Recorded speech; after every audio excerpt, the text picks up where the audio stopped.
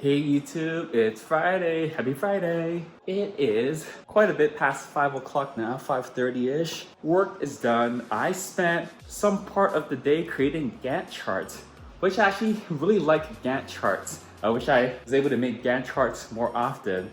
And I did one today. It's the first Gantt chart I've ever created for this job, actually. Anyways, if you don't know what Gantt charts are, Google them. Project managers love them to death. Today's dance practice is out in the living room because this part of the choreography I'm trying to learn requires a lot more space. It's not just little sideways movement and then all upper body. I'm supposed to spin. I'm horrible at spins. At first I thought it was the shoes I'm wearing or the hardwood that I have out here or the tile I have in the bathroom. No, I think I just can't do like a regular spin on one foot. There's this part where I'm supposed to spin perfectly, staying in one place. I can't even spin without falling down. Yesterday I tried it like 20 times. I like almost fell down half the time. I don't know. Do I have like an inner ear balance issue or like I just need to practice spins?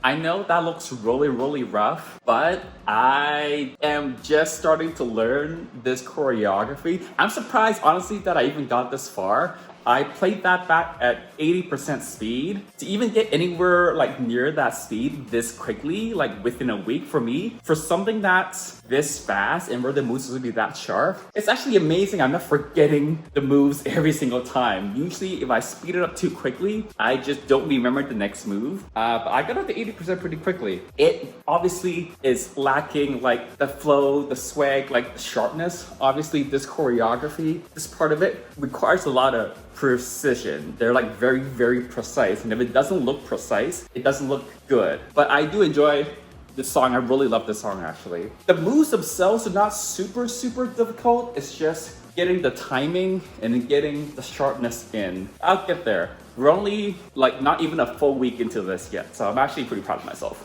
All right, I procrastinated long enough, so I am doing laundry for the linen. I just took all my linens over to the laundry room. Here's the thing, 3 months ago or so, there are 4 washing machines side by side, and I noticed that one of the washing machines 3 months ago, it charged $1 less than all the other ones suddenly. They're usually supposed to charge $2.75 for a basic light cycle. You can add options and make it more expensive. That will only charge $1.75. Also noticed that the credit card slot on that particular machine was a little bit loose, unlike the other ones. Against my better judgment, I end up using that one with my credit card. There's probably like a skimmer or some shit on it. But anyways, the last couple of times I went to the laundry room, the 2 machines on the right doesn't charge you any money. It's always ready to go. So whenever I get there, it's already flashing on the display like, hey, close the doors and press start so the cycle can start. So the last time I did laundry last week, I used those 2 machines because they didn't charge me anything. I went back today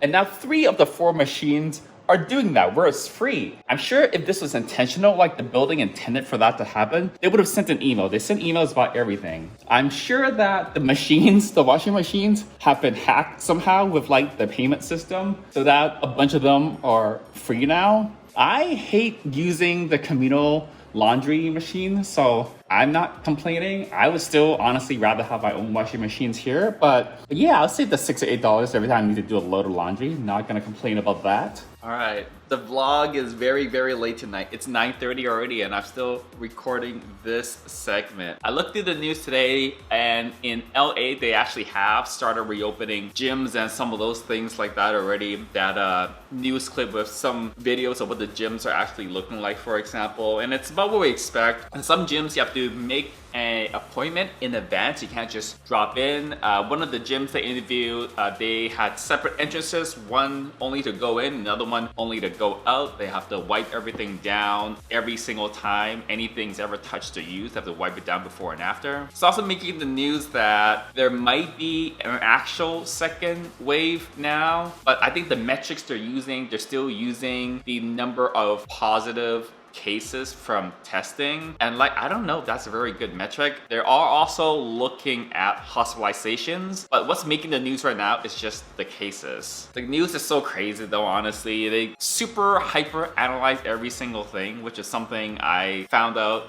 a few weeks into shelter in place. So now, like, I don't even read the numbers because it's almost misleading. On to the comments. M. Johnson asks, how do you prefer your eggs? Mine sunny side up. Favorite restaurant in LA now closed was Admiral Risty. I really like some of the male K-pop groups. You gravitate towards the male singers as you prefer the male voices. Ancient Backstreet Boys, Old Town, Cool Kids Club. I always do my eggs scrambled. I think the only time I like my eggs sunny side up is if it's in a burger. Sometimes you know how you can get a fried egg in a burger. That's the only time I think I prefer my eggs not scrambled. John says, would be nice to see some random shots of your trip so we can travel virtually. No travel plans in my immediate future. That's another thing I actually read in the news, that the travel industry, different parts of it, they're starting to see more traffic. They're talking about how the TSA now screens over 500,000 people per day, and it's kind of sort of like a little bit of a milestone for them. They haven't seen that level since early March. They're talking about how airlines are starting to have fuller planes in terms of like how full the planes are. That metric is starting to go up. Little Asian Kid Forever asks, what's your type of guy? Can't believe you've been single. I believe it.